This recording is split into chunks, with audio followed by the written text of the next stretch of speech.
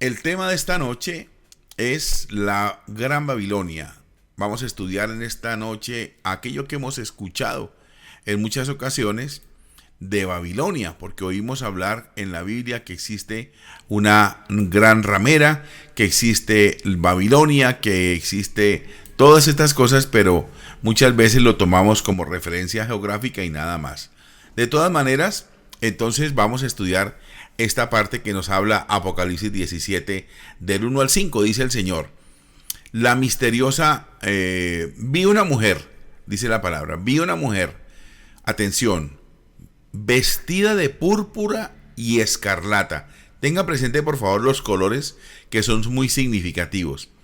Y adornada con oro y piedras preciosas y de perlas. Tenía un cáliz de oro en sus manos, lleno de las abominaciones y de las sociedades de su fornicación. En su frente tenía un nombre escrito: Misterio, Gran Babilonia, la grande, la madre de las fornicaciones y de las abominaciones de la tierra. Esto está en Apocalipsis 17 del 1 al 5. Entonces, la misteriosa religión de Babilonia ha sido simbólicamente descrita en Apocalipsis como una mujer ramera, como una mujer de mala fama, a través de la visión del apóstol San Juan, que es el que nos describe con todo lujo de detalles esta visión que el Señor le da en la isla de Patmos cuando ya estaba viejito, y él nos escribe el Apocalipsis. Bien, hay un lenguaje simbólico y poético y profético en Apocalipsis. Por eso el libro de Apocalipsis nunca se estudia solo. Se estudia en compañía con Ezequiel, con Daniel, con Mateo 24, con Efesios. Bueno, ese lenguaje simbólico de la Biblia describe a una mujer. Esa mujer representa a la iglesia. La verdadera iglesia es representada por una novia ataviada. Usted sabe que nosotros estamos esperando que se consumen las bodas del Cordero. ¿Quién es el novio? El Señor Jesucristo. ¿Y quién es la novia? La iglesia del Señor. Entonces, una verdadera iglesia es la novia ataviada, vestida de blanco, de lino fino.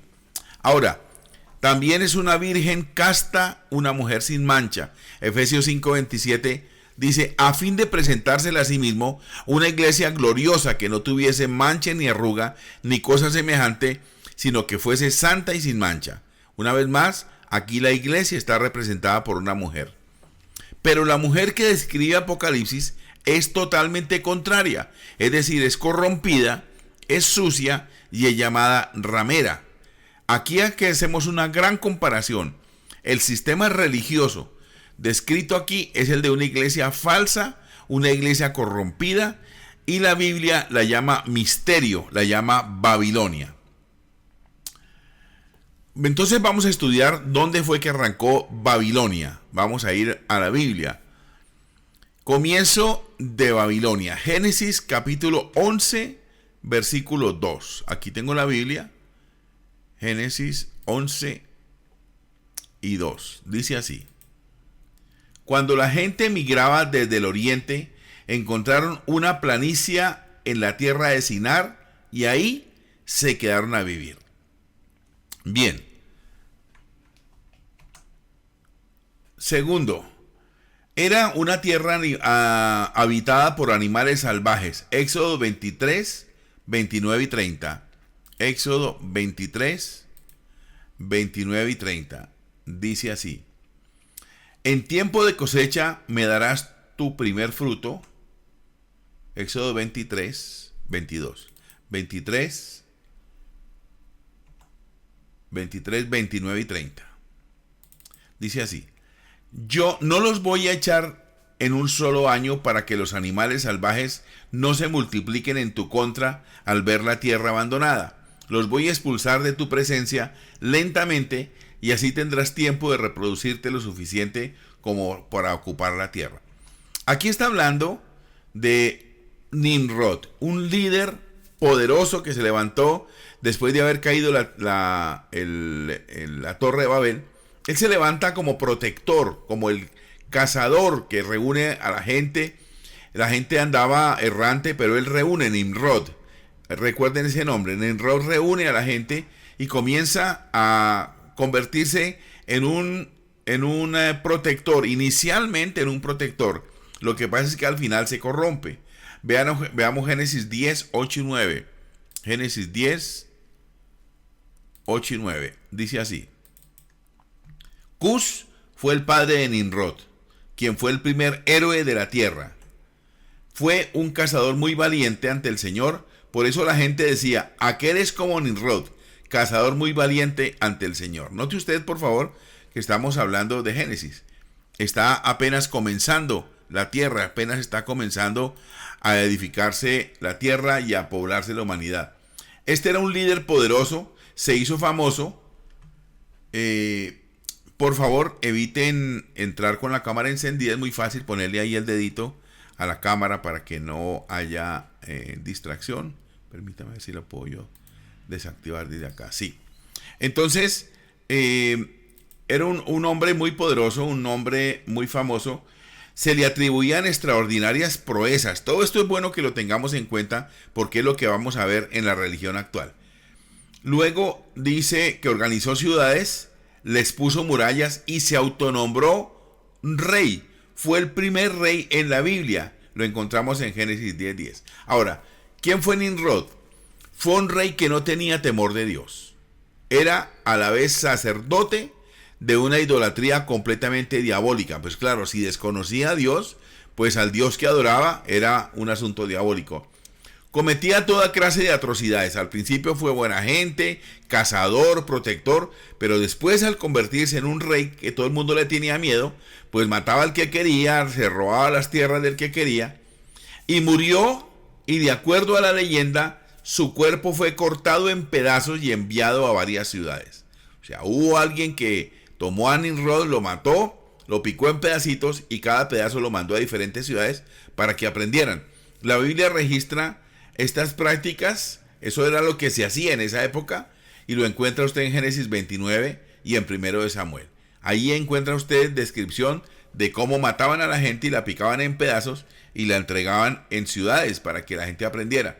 Y su muerte fue muy lamentada entre la gente de Babilonia. La gente le dio pesar que hubieran matado a este señor, porque en principio era un gobernador buena gente, pero después se convirtió en un perverso.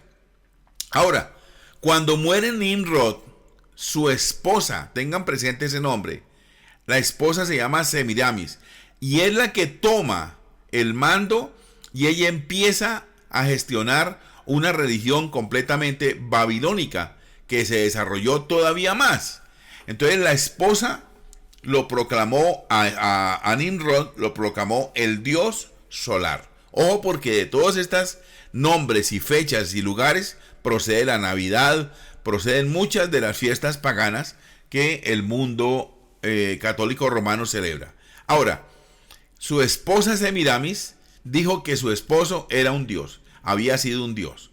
Luego, después de eso, esta mujer tuvo un hijo que no fue de su esposo, sino fue un hijo ilegal, a quien declaró como que Nimrod había reencarnado, como que había nacido de nuevo en ese niño, y era el nombre Tamuz. Estamos hablando de miles de años, estamos hablando de un poco más de 4000 años antes de la venida del Señor Jesucristo. Estamos hablando de épocas sumamente remotas.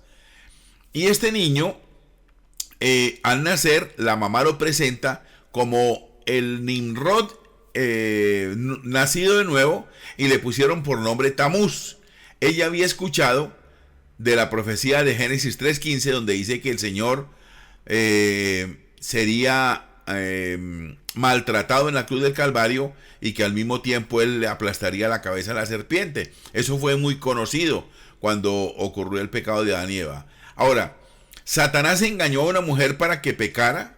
Ahora conocía que por una mujer vendría el plan de salvación. Entonces, esta mujer, Semiramis, usó este nombre y esta religión babilónica.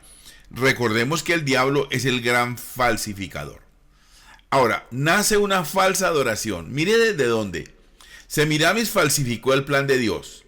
Nombró a Tamuz, su hijo, como divino y dijo que había sido concebido de forma sobrenatural, entre otras cosas, para tapar que no había sido de su esposo. Reclamó adoración hacia su hijo Tamuz, pero también procuró adoración para ella. O sea, ella dijo, mi hijo es un dios, es Nimrod, que ha nacido de nuevo, pero vamos a adorarlo, pero también adórenme a mí. Como podemos ver, Nimrod, Semiramis y Tamuz fueron usados por el diablo para producir una falsa religión que por apariencia podía ser la verdadera, pero su sistema corrompido llenó el mundo. Entonces vemos que ahí nace la falsa religión babilónica. Ahora veamos el uso de los símbolos. El becerro de oro era símbolo de Tamuz. Nimrod era el dios solar o Baal y era representado por el fuego. Se encendían fuegos y candelabros en su honor. Vaya teniendo en cuenta esos pequeños detallitos. Se encendían fuegos y candelabros en honor del que representaba el fuego, que era Nimrod. También se simboliza Nimrod con otros símbolos solares, con peces, con árboles, con columnas, con animales. Pablo detalla perfectamente el camino que la gente de Babilonia siguió. Y ahí sí voy a leer Romanos 1, 21 al 26. Carta a los Romanos, capítulo 1, 21 al 26. Escuche por favor, o lea. Pues habiendo conocido a Dios, no le glorificaron como a Dios, ni le dieron las gracias, sino que se envanecieron en sus razonamientos, y su necio corazón fue entenebrecido. Profesando ser sabios, se hicieron necios, y cambiaron la gloria de Dios incorruptible en semejanza de hombre corruptible, de aves, de cuadrúpedos y reptiles. Por lo cual también Dios los entregó a la inmundicia en las concupiscencias de sus corazones, de modo que deshonraron entre sí sus propios cuerpos, ya que cambiaron la verdad de Dios por la mentira, honrando y dando culto a las criaturas antes que al Creador, el cual es bendito por los siglos de los siglos. Amén. Por esto Dios los entregó a pasiones vergonzosas, pues aún sus mujeres cambiaron el uso natural por el que es contra naturaleza. Esto es lo que está ocurriendo aquí en el mundo de Babilonia. Esta religión babilónica se extendió por todo el mundo conocido. Esto es lo que estamos leyendo esta noche. Ahora, miremos por favor esta imagen. Vemos a un cuadrúpedo, la vaca sagrada del hinduismo. Vemos un hombre ave, que es el Horus de los egipcios. Vemos a la reina de los ángeles en el catolicismo romano. Y vemos un reptil, que es la idolatría de los mayas. Recordemos que este pueblo se esparció por toda la tierra. Génesis 11:9 dice que fue cambiado el idioma. Ahí nacieron los idiomas y enseguida fueron dispersados por todo el mundo. Ahora, cuando salían de Babilonia, ¿qué hacían? Se llevaban sus costumbres, se llevaban su idolatría, sus símbolos misteriosos, a donde quiera que iban. Y Babilonia fue la madre de todas las religiones idólatras. ¿Usted quiere saber de dónde salió la idolatría? De Babilonia. Jeremías 51:7. Póngale cuidado lo que dice aquí. Dice así: Babilonia ha sido como copa de oro en las manos del Señor, poca copa que hizo emborrachar a todo el mundo. Las naciones bebieron del vino de Babilonia y se enloquecieron. Y también lo encontramos en Apocalipsis 18:13. Apocalipsis 18:13 dice así: también compró canela, especias aromáticas, mirra, incienso, vino, aceite de oliva, harina refinada, trigo, ganado, ovejas, caballos, carretas y cuerpos, es decir, esclavos humanos. De las delicias que tanto amabas ya no queda nada, claman los comerciantes, todos tus lujos y el esplendor se han ido para siempre y ya nunca volverán a ser tuyos.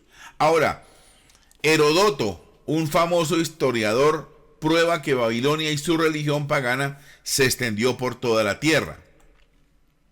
Vemos algunos símbolos egipcios de adoración encontrados en las diferentes cuevas y en los diferentes documentos, en los parafitos, en algunos asuntos que encontraron allí. Estas imágenes fueron rescatadas. Ahora, vamos a Roma.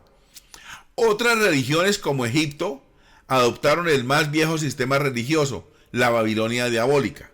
Cuando Roma se convierte en un imperio mundial, es un hecho conocido que asimiló dentro de su sistema a dioses y religiones de todos los países paganos sobre los cuales reinaba. Es decir, Roma establece su propia religión, Pero no solo eso, sino que adopta de todos los pueblos que conquistaba, de los pueblos africanos, de los pueblos europeos, va conquistando toda la tierra y al mismo tiempo va metiendo dentro de su religión a las demás religiones que fueron adoptadas por Roma. Durante el tiempo del dominio de Roma, el verdadero Salvador Jesucristo nació y vivió entre los hombres, murió y resucitó entre los muertos. Entonces ascendió al cielo, envió al Espíritu Santo y la iglesia del Nuevo Testamento fue establecida en la tierra, que es en gloriosos días. ¿Qué gloriosos días fueron esos? Basta solamente con leer el libro de los Hechos de los Apóstoles para ver cuánto bendijo Dios a esa gente en esos días, esas multitudes, y añadían a la iglesia la verdadera iglesia. Grandes hechos y maravillas se hacían como confirmación de Dios y su palabra. La verdadera cristiandad está unida por el Espíritu Santo y barría a la idolatría como el fuego. En la pradera rodeaba las montañas y cruzaba los mares. Hizo que temblaran y temieran los tiranos, y se decía de aquellos cristianos que habían volteado al mundo patas para abajo.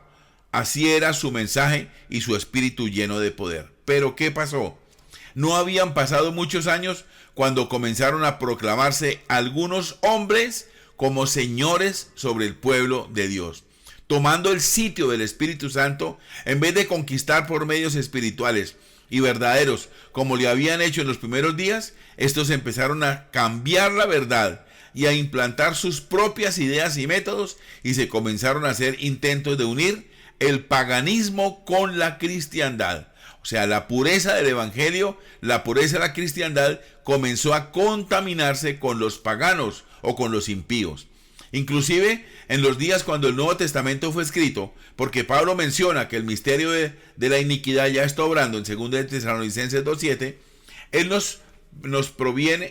nos previene que ha de venir una apostasía y que muchos apostatarían de la fe, escuchando espíritus de error y a doctrinas de demonios. Ya Pablo lo advertía, que algunos se irían del cristianismo y se involucrarían con espíritus de error y doctrinas de demonios. ¿Por qué? Porque esto viene desde Babilonia. Estas son las doctrinas falsas de los paganos. Para el tiempo en que Judas escribió el libro que lleva su nombre, le fue necesario amonestar al pueblo a que luchen tenazmente por la fe que ha sido una vez dada a los santos, porque algunos hombres se han metido disimuladamente y estaban tratando de cambiar la verdad que había sido dada por Cristo y los apóstoles por falsedad. El cristianismo se encontró frente a frente con el paganismo de Babilonia, establecido en diferentes formas en el Imperio Romano.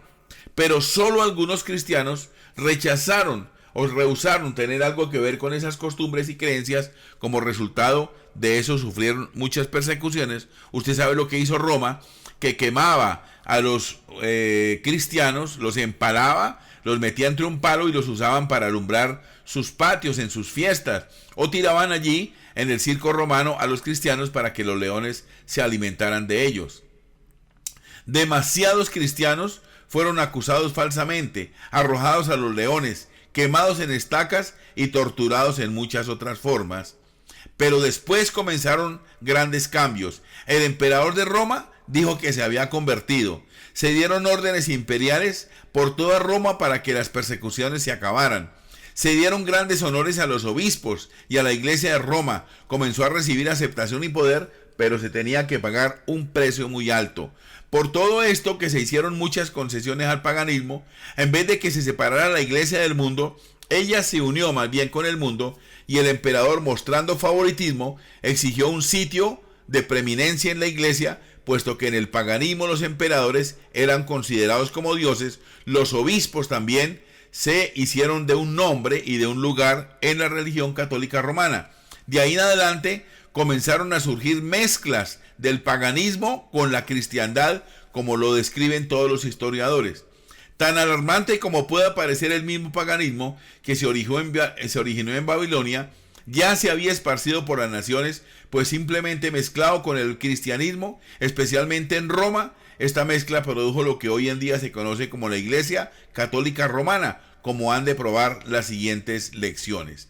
Observe, por favor, no es la intención de la iglesia, donde estábamos nosotros antes, tratar de ridiculizar a nadie, con de las creencias, no estamos de acuerdo. Al contrario, es nuestro deseo sincero que estas lecciones sean un llamado a otra persona, a toda persona que tiene una fe genuina, para que abandonen las doctrinas babilónicas y sus conceptos y regresen a la Biblia y a la fe que una vez fue dada a los santos. Entonces vamos a ver parte de lo que integraron en la religión católica romana de producto de Babilonia. ¿Se acuerdan que habíamos hablado de Semiramis y de Tamuz, que ellos exigieron culto para ellos? Pues ellos en aquella época sacaron figuras de la madre cargando al niño, y esto fue adoptado por la iglesia de Roma cuando se convirtieron, entre comillas, el emperador y todo su séquito. Uno de los ejemplos más sobresalientes de cómo el paganismo babilónico ha continuado hasta nuestros días puede verse en la forma en que la iglesia romana creó el culto a María para reemplazar el antiguo culto a la diosa madre de Babilonia. Como explicamos anteriormente, después de la muerte de Nimrod, su adúltera esposa dio a luz un hijo al que afirmó que había sido concebido sobrenaturalmente, proclamó que este era un dios, su hijo, y que era Nimrod mismo su líder, que había renacido y que tanto ella como su hijo eran divinos. Esta historia era ampliamente conocida en la antigua Babilonia y se desarrolló en un culto bien establecido, el culto a la madre y el hijo. Numerosos monumentos de Babilonia muestran a la diosa madre Semiramis con su hijo Tamuz en brazos. Ya puede usted ver ahí una de las imágenes que adquirieron la iglesia de Roma para asumir el culto de Babilonia. La madre y el niño hecho dioses. Ahora, cuando el pueblo de Babilonia fue disperso en varias áreas de la tierra, llevaron consigo el culto a la divina madre y al Dios Hijo. Esto explica por qué todas las naciones en tiempos pasados adoraban a la divina madre y a su Hijo. Aunque el verdadero Salvador, nuestro Señor Jesucristo, no hubiera nacido en este mundo, en los diversos países donde se extendió este culto, la madre y el Hijo, que eran llamados de diferentes nombres, debido a la división de los lenguajes de Babel, pero la historia básica sigue siendo la misma. Entre los chinos se llama la diosa madre Xingmo, Santa Madre, y se representa con un niño de los brazos y rayos de gloria alrededor de la cabeza. Los germanos, que de ahí después saldría Alemania y estos otros países cercanos, veneraban a la Virgen Herta con un niño en los brazos. Los escandinavos, que son allá los noruegos, suecos, ellos llamaban Disa y también la representaban con un niño en los brazos. Los etruscos la llamaban Nutria. En la India, Yashoda y su hijo Krishna, que también era representada con un niño en brazos. Entre los druidas, allá en Irlanda del Norte y del Sur, adoraban a la Virgo Partitura como la madre de Dios. La madre babilónica era conocida como Afrodita entre los griegos. Nana era llamada por los sumerios y como Venus o Fortuna por sus devotos en los viejos días de Roma, y su hijo era conocido como Júpiter. Aquí tiene algunas imágenes que son mucho más antiguas de cuando nació la Iglesia Católica Romana. Ya estaban estas figuras de la práctica de la mamá cargando al niño, como decimos, que viene allá de Semiramis y de Nimrod y de Tamuz. En Egipto, en el hinduismo, en la Iglesia Católica Romana, en la Iglesia Romana de Grecia y en la Iglesia China. Paganismo versus cristianismo. El deseo de Dios nunca fue mezclar el gobierno humano con la religión. En el año 350 después de Cristo, Constantino declaró que todo el imperio romano profesara el cristianismo como religión oficial, teniendo como símbolo a la madre y el niño. Se impuso que todos los sacerdotes deberían hacer lo mismo en la adoración, en los ritos, en las celebraciones. Ahora el cristianismo es identificado como el catolicismo romano, con un jefe máximo llamado el Papa o el Vicario de Cristo. Papa significa jefe universal. El sistema pagano se introduce en las iglesias romanas y adoptan la imagen de María, haciéndole llamar redentora, intercesora, reina del cielo y mediadora. Constantino y sus súbditos en el año 350 hacen lo mismo. El cristianismo pasa a ser el centro del gobierno y queda establecido en Constantinopla hasta el siglo VI. En tiempos del Papa León, hay un concilio en el que el culto a las imágenes fue considerado ilegal. Roma se opone y se hace el primer rompimiento entre Roma y Constantinopla, formándose así la Iglesia Ortodoxa griega y separándose de la Iglesia Católica. La influencia de la Iglesia Ortodoxa disminuye y la de Roma aumenta. Ahora miles de cristianos mueren a manos de Roma. Babilonia es la primera que conquista la Tierra Santa. Roma hizo lo mismo y así se parece más a la Babilonia de Apocalipsis 17, la iglesia apóstata. Después que Babel fue confundido con los idiomas, allá en Génesis 11, Roma se convierte en el centro de la confusión de la religión. Recordemos, por favor, que Babilonia significa confusión. Veamos lo que hizo la iglesia de Roma. Atención. Roma mezcló la religión con el Estado, la iglesia con el mundo, la ley con la gracia, las tradiciones humanas con la Biblia, los paganos con los cristianos, el judaísmo con el cristianismo, las promesas de Dios con las de los judíos, lo carnal con lo celestial, lo espiritual con lo inmoral, el infierno con el purgatorio y la salvación con las obras. Roma es el mismo centro de todas las confusiones que existen. Los judíos odian a los cristianos porque ellos no distinguen entre romanismo y verdadero cristianismo. Roma ha hecho creer al mundo que ella es la representante única de todo y que lo demás son sectas. Los judíos, los musulmanes y los budistas ven a Roma culpable de todos los crímenes que se cometen en el nombre de Dios y nos unen a ellos como parte del cristianismo. Lo increíble, Apocalipsis 17:6. No se puede creer que los católicos persigan a los cristianos. Es posible que seamos perseguidos por los ateos, por los musulmanes, por los terroristas, pero los propios católicos romanos han perseguido a la iglesia cristiana evangélica y con mayor vehemencia en los últimos siglos. No se comprende que alguien que alabe a Cristo mate cristianos en el nombre de Cristo. En la historia nadie lo ha hecho más terriblemente como lo ha practicado la iglesia de Roma. Persiguen a las iglesias. El que se levante contra la iglesia verdadera pertenece al sistema babilónico. El que persiga a un cristiano haciéndose llamar cristiano pertenece a la apostasía, porque Jesús dijo: el que no es conmigo desparrama. Ahora Roma inventa unas herejías, o crea unas herejías que son llamadas dogmas de fe. Todas las herejías son introducidas en el cristianismo que han lastimado la pureza de la palabra de Dios. Estas son las herejías introducidas por Roma dentro del culto católico. Número 1, las oraciones a los muertos.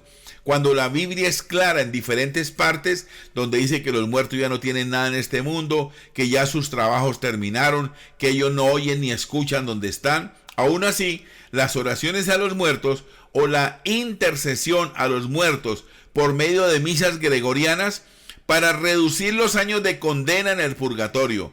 Año 365 después de Cristo, Hebreos 9:27. La Biblia enseña lo contrario, que los hombres mueran una vez y después el juicio. Velas a los santos. Las velas o los cirios de cera para alumbrar a los santos fue introducido en el año 370 después de Cristo. La institución de la misa como un sacrificio por los vivos y los muertos en el año 394, desconociendo que Cristo ya presentó el sacrificio perfecto. En el año 381, la adoración a María y el reconocimiento como la Madre de Dios, oficialmente adoptada en el Concilio de Éfeso, en el año 431 después de Cristo. Las vestiduras de los sacerdotes, diferentes a los de los laicos en el año 500. La doctrina del purgatorio fue establecida por el Papa Gregorio en el año 593. La Biblia señala dos lugares después de la muerte: el cielo y el infierno, no hay más. El uso del latín para celebrar la misa la instituyó el Papa Gregorio el Grande en el año 600 después de Cristo. Más y más herejías de Roma. Oraciones dirigidas a María y a cualquier santo en el año 600. Jesús nunca nombró a nadie intercesor. Hechos 4:12 dice que el único nombre dado a los hombres es Jesucristo, que no hay ningún intermediario entre Dios y los hombres, dice Timoteo 2:5. El título de Papa o Padre Universal se estableció en el año 600 después de Cristo. Jesús jamás nombró a nadie como sucesor. Y ahí están las citas bíblicas de Lucas 22:24 y Colosenses 1:18. Los que dicen que Pedro fue el primer papa de Roma, está equivocado, porque el papa fue instituido en el año 600 después de Cristo, el papado. Besar la mano al papa y a los sacerdotes en el año 709 viene del paganismo de besar la mano e inclinarse ante el emperador romano. La Biblia prohíbe inclinarse ante nadie. Hechos 10, 25, 26, Apocalipsis 19, 10. La adoración de la cruz y de las reliquias se estableció en el año 787 después de Cristo. El paganismo puro lo describe Éxodo 22. La Biblia prohíbe besar la mano y mucho menos inclinarse ante otra persona. Éxodo 20 del 2 al 6. Éxodo 20 del 2 en adelante. Yo soy el Señor tu Dios, quien te rescató de la tierra de Egipto, donde eras esclavo. No tengas ningún otro Dios aparte de mí. No te hagas ninguna clase de ídolo, ni de imagen, ni de ninguna cosa que esté en los cielos, en la tierra o en el mar. No te inclines ante ellos, ni les rindas culto, porque yo, el Señor tu Dios, soy Dios celoso, quien no tolerará que entregues tu corazón a otros dioses. Extiendo los pecados de los padres sobre los hijos. Toda la familia de los que me rechazan queda afectada, hasta los hijos de la tercera y cuarta generación. El uso del agua bendita, la señal de la cruz como protección, fue instituida en el año 850. La canonización de los santos en Roma, declarado sin mancha y pura y santificada en el año 995. Todos los cristianos somos santos y no hay organización que nos declare santos. Solo la sangre de Cristo nos declara santos. Romanos 1:7. El ayuno de los viernes y guardar la cuaresma fue establecido en el año 998. Los papas estaban interesados en la venta del pescado más que otra cosa. El celibato sacerdotal o la prohibición que un sacerdote se casara fue establecido por Hildebrando VII en el año 1079. La Biblia ordena que se casen los ministros, que sean esposos de una sola mujer. El uso del rosario lo estableció Pedro el Ermitaño en el año 1090 después de Cristo. Jesús condenó el uso en Mateo 6 del 5 al 13. El Consejo de Verona autoriza la Gran Inquisición, perseguir, torturar y asesinar a toda persona que esté en contra de Roma o que lea la Biblia. En el año 1184 Jesús nunca autoriza a matar a nadie. La venta de las indulgencias plenarias en el año 1190 para ganar el cielo, y ahí terminamos. Bueno, mis queridos, me parece que aquí hay varias preguntas. Me imagino que surgen algunas preguntas de mis hermanos que están esta noche aquí. Les hemos dado esto muy rapidito y quiero preguntar, permítame, activo aquí el micrófono ya, si hay alguien que tiene alguna pregunta por hacer. Hemos ido corriendo, usted tiene las diapositivas, solo si me las pide, se las voy a enviar. Adelante, quien desea hacer preguntas o quiere comentar algo o quiere ayudarme, ¿qué desea usted hacer ahí en la clase?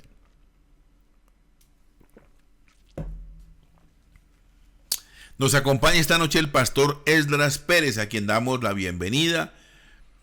También está... Pastor, buenas noches, Dios le bendiga, un saludito aquí a la iglesia, por favor. Buenas noches, bendiciones para todos. Qué bonita clase, pastor. Maravilloso, aprendí muchas cosas en esta noche y lo felicito por esa bonita labor y bendiciones. Saludo a toda la iglesia del Señor. Muchas gracias, pastor. Ya nos vemos ahorita a las 9 para orar un ratico más por la salida de mañana. Bueno, nos acompañan Neri Zabaleta, Gloria Arroyave, Ledis Oviedo, Joana Gallo, Luzmila, María Mercedes, Enriqueta, María Noemí, Olga, Nidia, Mariceli, Rocío, Nazari, Odilia, Miriam Grisales, Gigi, Alba, Mónica, Federico Zuleta, Hugo Zúñiga, John Mario, Marta, Silvia, Mariela Ospina, Sonia Pinzón, María Antonia y Juan Pablo Lopera. ¿Quién desea comentar algo? ¿Quién desea decir algo? Adelante, Mariela. O Gigi, la que entre primero. ¿Quién quiere? Está el pastor Juan Fernando Londoño, está aquí disfrazado con otro nombre. Pastor, buenas noches. Tenga la gentileza de saludar a la iglesia. Amén, amén. Bendiciones, hermano. Bueno, ahorita participo cuando la hermana haga su pregunta, pastor. Adelante, por favor. Muy buenas noches para todos y Gracias, todas. buenas noches, sí señora, bienvenida. Espero se encuentren muy bien y estemos atentos. Pedirle perdón a Dios por, aunque no soy de las que practicaba todas estas cosas, pero mi familia sí, de inclinarse, de hacer filas y filas para besarle la mano y el anillo al obispo, la adoración a María y a su niño, el crucifijo, tantas cosas. Que el Señor tenga misericordia de nosotros y todo aquello que hicimos, que en este momento no nos acordemos, nos tenga misericordia y perdone tantas fallas, tantas equivocaciones. Yo ahorita escuchaba todo eso y yo decía, Dios mío, ¿dónde estábamos metidos nosotros? ¿De dónde nos sacó Dios? ¿De dónde nos sacó? De la mentira más grande y del engaño más grande. Y si uno cuando estudiaba leía lo de la Inquisición y uno decía, por Dios, ¿de dónde salió tanta matanza? Y hoy en día nos quejamos que tanta violencia, tanto asesinato, pero si nos vamos a la época de la Inquisición, imagínese, ¿cierto? Entonces sí, que el Señor tenga misericordia de todos nosotros, pero entonces la pregunta que me surge es, bueno, ¿qué pasa con estas personas que aparentemente eran buenas, que trabajaban mucho por las comunidades? La Madre Teresa de Calcuta, que ha sido un ejemplo, un premio Nobel, en fin, una cantidad de cosas, no la podemos poner como ejemplo. O bueno, ¿qué pasa ahí? Esa es la pregunta que yo me hago. Bueno, tantos santos que ha canonizado la Iglesia Católica, tantas personas que por sus obras las han canonizado, bueno, y entonces, ¿qué pasa ahí? Bueno, es muy sencillo. Vamos a la Biblia. ¿Qué es lo que dice la Biblia? Está así. La Biblia dice que todos estamos destituidos de la gloria de Dios. Absolutamente todos. Que nuestras obras son como trapos de inmundicia. Que todo lo que hagamos nosotros sin Cristo, sencillamente lo hacemos por nuestro ego, por equivocación, por error, por mostrar, por muchas otras cosas. Indudablemente hubo mucha gente a través de la tierra que bendijo a las personas, que se esforzó, que trabajó duro. Yo no sé si el médico José Gregorio Hernández no cobraba las facturas y regalaba las medicinas, pero esto no le da derecho a una institución para que determine la santidad en una persona. Lo único que determina que una persona es santa es que ha rendido su corazón a Dios y que ha permitido que el Espíritu Santo le convenza de que es un pecador, se arrepienta de sus pecados y la sangre derramada en la cruz del Calvario lave esos pecados. Entonces, cuando nosotros tenemos ese encuentro con Dios, que de una manera misteriosa, de una manera imposible de describir, que es la predestinación, hemos sido apartados por Dios. Y como dice usted, hermana, sacados de la más absoluta ignorancia, porque recuerde que estábamos muertos espiritualmente. Todas esas cosas que hacíamos ya fueron perdonadas. Aquel día que nos arrodillamos delante del Señor, le dijimos: Señor, yo soy un pecador, reconozco mi maldad, te pido perdón, inscribe mi nombre en el libro de la vida, dame la vida eterna, y comenzamos a caminar con el Señor y a descubrir todas esas cosas. Aquel día se rompió ese prontuario que nos acusaba delante del Señor. Eso quedó desestimado. Ya eso fue, las potestades fueron exhibidas públicamente en la cruz del Calvario, y toda aquella persona que haya rendido el corazón a Dios ya está exento de toda culpa. Ya Jesús de Nazaret pagó por la idolatría, por la mentira, por la maldad, por la pornografía, por todo lo que se puede usted imaginar como pecado. Ustedes imaginar como pecado, Cristo lo llevó en los hombros, y por eso murió por nosotros. Entonces, aquellas personas que hicieron obras muy buenas, indudablemente tuvieron que haber alcanzado un grado de santidad en el cual tuvieron que haber reconocido su incapacidad de hacerlo por sus propios medios, y a lo mejor tuvieron un momento de invocar a Dios o de hacerlo para el Señor. Dios tomará cuenta de ellos. Dios hará con ellos como él estime conveniente. Pero la palabra dice claramente por Jesús que el que cree será salvo y el que no cree será condenado. Que si nosotros queremos saber si hemos nacido de nuevo, es porque amamos a los hermanos.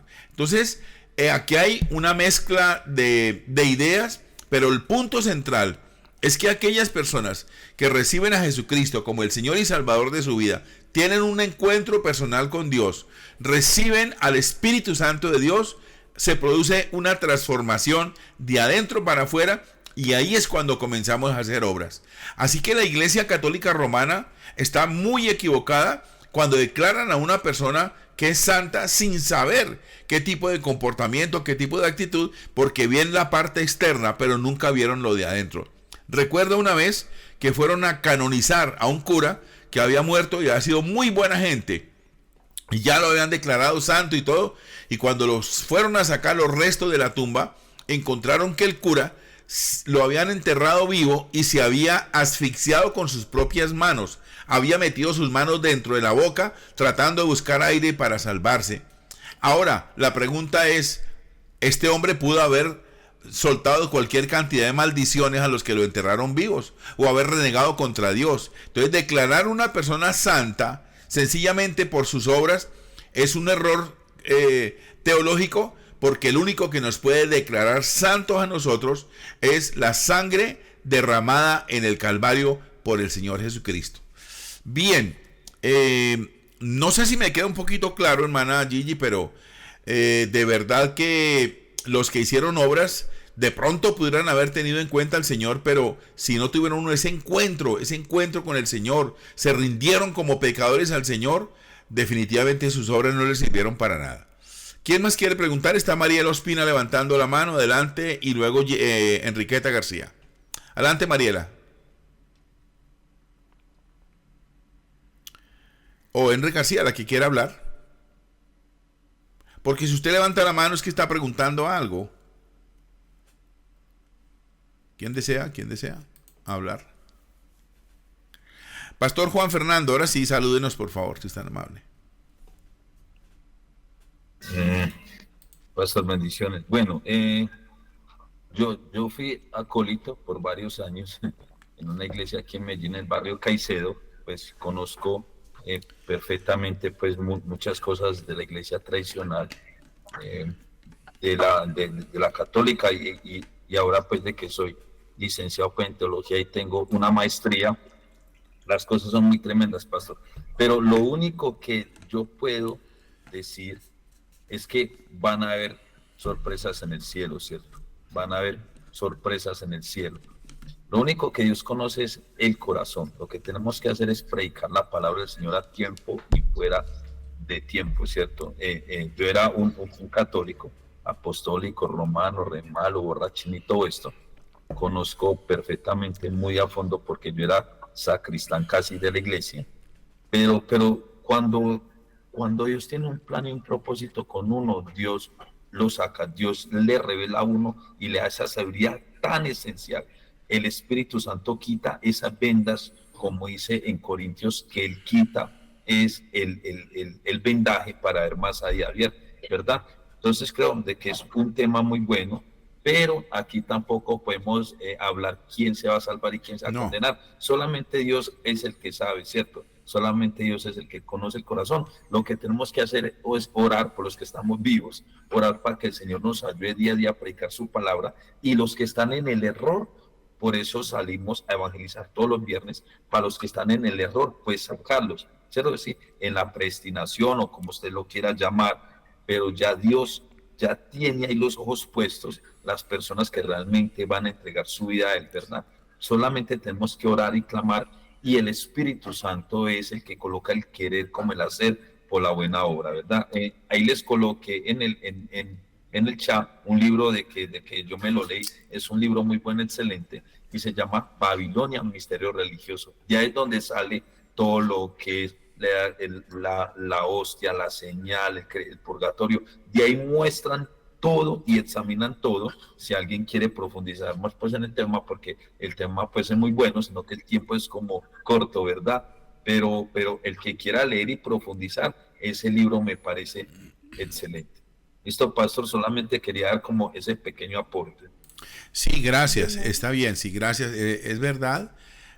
Lógicamente nosotros no sabemos quién se salva y como dice el pastor, habrá sorpresas, porque muchos dirían, yo hice milagros, yo hice esta obra, hice esta cosa, y el Señor dirá, no los conozco, malditos apartados de mí, y irán al fuego del infierno. Y otros también, que a lo mejor allá en el secreto estaban haciendo lo bueno y de repente a última hora se arrepintieron y se consagraron, Dios los perdonó, como al ladrón de la cruz, y así será el único que puede determinar realmente quién estará en el cielo, o ya lo sabe, porque Dios todo lo sabe. La presciencia de Dios, que dice el apóstol San Pedro, nos dice que el Señor ya sabe quién se salvó y quién no.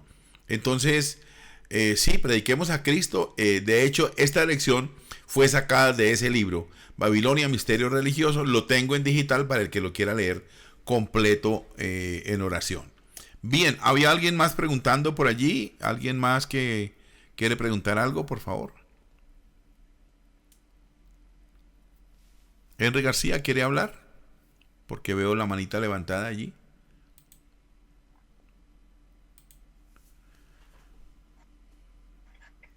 Sí, Pastor, sí, adelante. entonces, ya que otros no participan y a mí me pica la lengua, entonces, por ejemplo, con este Papa Juan XXIII, después de los 38 años lo colocaron su cuerpo en una urna de cristal y todos los católicos pues lo adoraban que porque estaba intacto. ¿Qué hacen ahí como para que el cuerpo realmente diga que por qué no? Es igual, intacto, no lo afectó absolutamente nada de la naturaleza, porque es que uno dice, por mucho formol, o sea, los embalsamaron, listo, pero algún deterioro tiene que tener, pero supuestamente es santo porque Dios no permitió corrupción en él, o sea, es algo que ahorita uno primero decía, es cierto, uno chiquito le creía a los papás, al sacerdote, pero ya uno ahora sin esta venda uno dice, uy, y entonces la mentira tan grande y la cantidad de plata que se recoge para ir a ver el santico ese para que le haga el milagro, ¿cierto?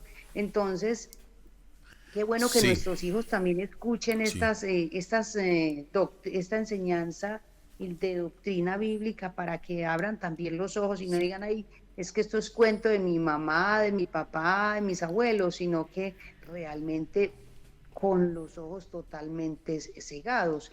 De hecho, por aquí hay una señora que lo mira a uno como si yo tuviera lepra, ¿cierto? Sí, Porque no voy es cierto, lo miran a uno sí. como con esa condición y ese escozor. Entonces, es la única iglesia verdadera, la iglesia católica, lo que se dice, ¿cierto? Y uno es como si tuviera el leproso de esa época que no Exactamente. tenía derecho a estar cerca de ellos, ¿cierto? Sí. Exactamente. Bueno, yo desconozco el tema de Juan 23, de Juan Pablo II, pero lo que sí sé es que, por ejemplo, ¿cuántas veces hemos oído que ha salido una mancha en la pared, producto de la humedad, y la gente ve el rostro de Jesús y van allí a ponerle velas y a pagar, arrodillarse ante la mancha de humedad? O un árbol que lo cortaron de una manera y mostró que tenía el rostro de Jesús, o una virgen o un niño. Esto es precisamente producto de la ignorancia, porque esta gente no ha leído la Biblia, no aceptan ninguna clase de enseñanza y nos ven o ven a la iglesia cristiana evangélica como los enemigos.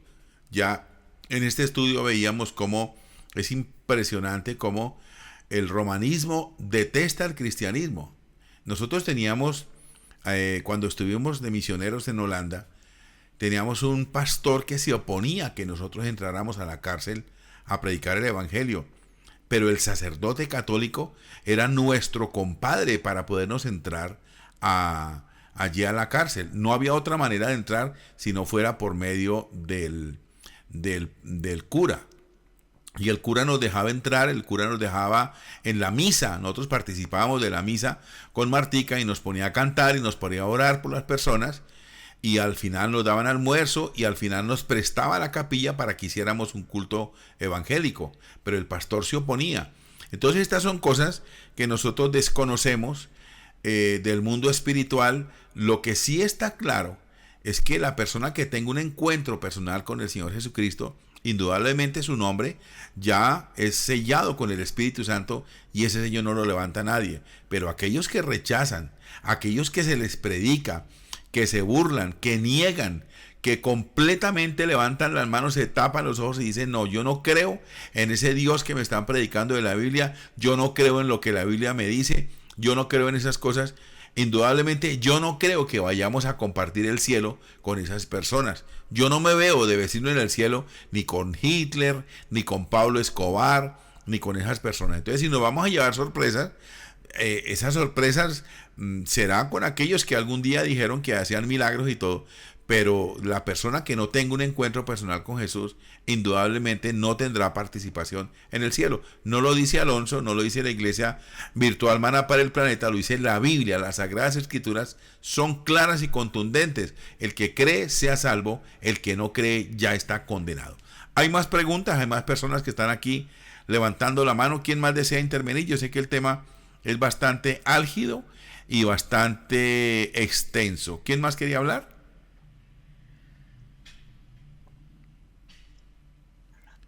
Ana Silvia Montoya, buenas noches. Adelante, Ana Silvia, quiere hablar. Cuéntenos. Buenas noches, pastor, y toda la congregación que estamos reunidos. Sí, buenas noches.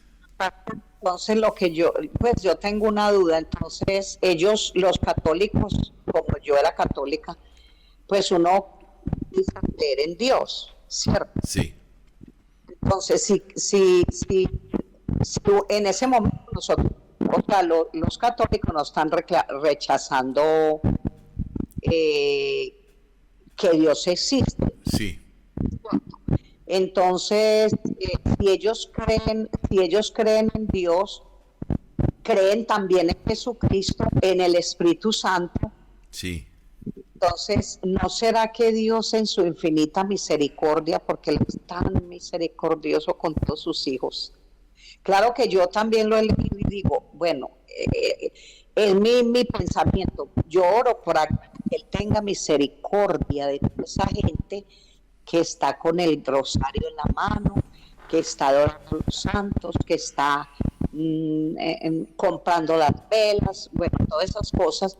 Entonces yo digo, hay que orar, tenemos que orar mucho por esta gente para que el Señor tenga misericordia y lleguemos a que ellos verdaderamente crean de que no hay que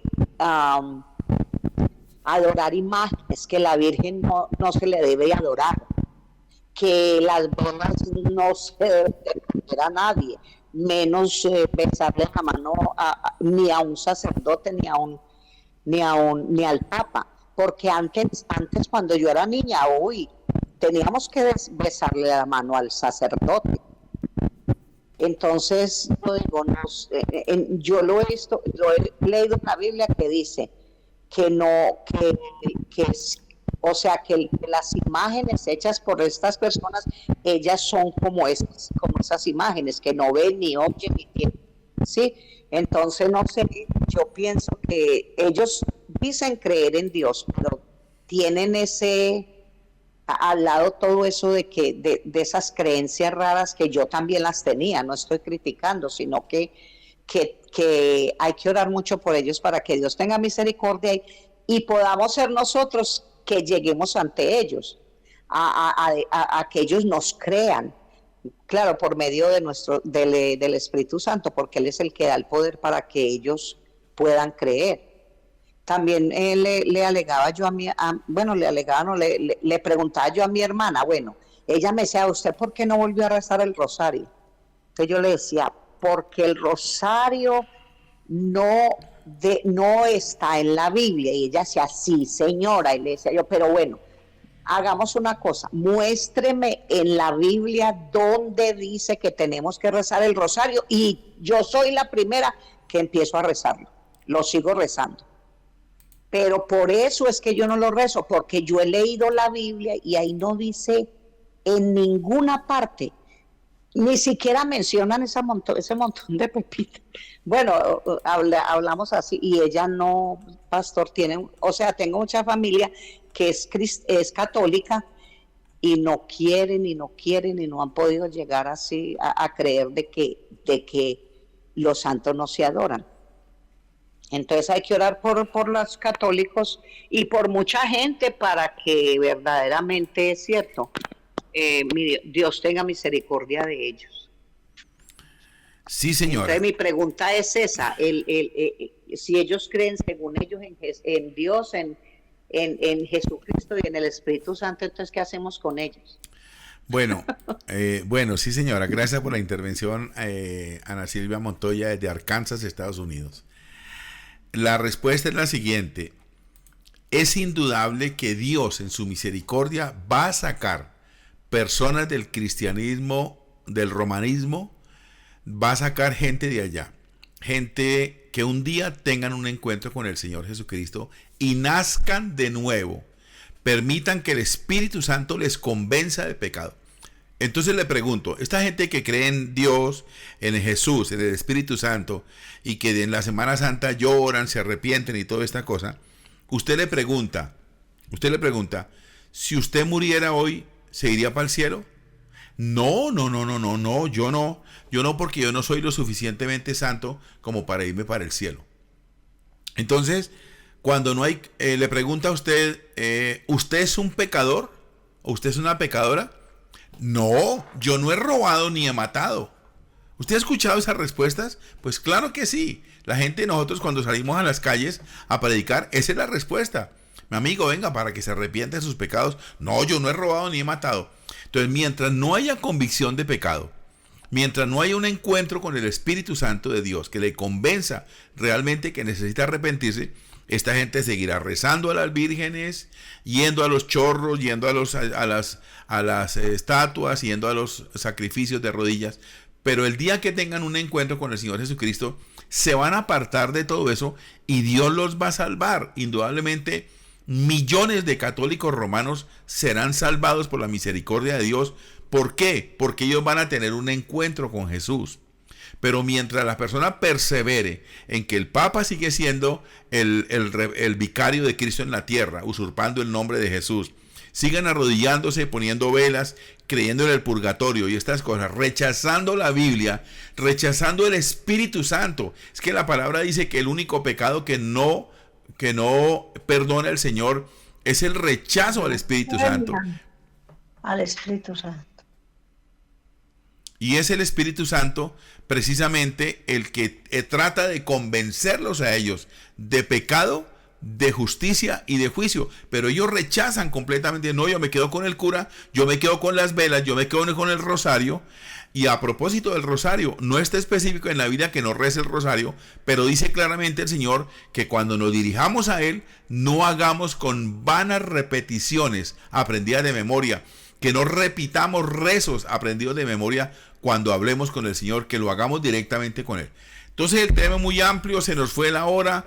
Les prometo que para dentro de 8 días les voy a extender más, les voy a extender el tema, pero necesitamos concluir la clase. Perdone si usted tiene preguntas, déjemelas saber en el chat y nos vemos porque ahorita tenemos otra reunión con los capellanes para orar un rato más y exponer un poquito más la palabra.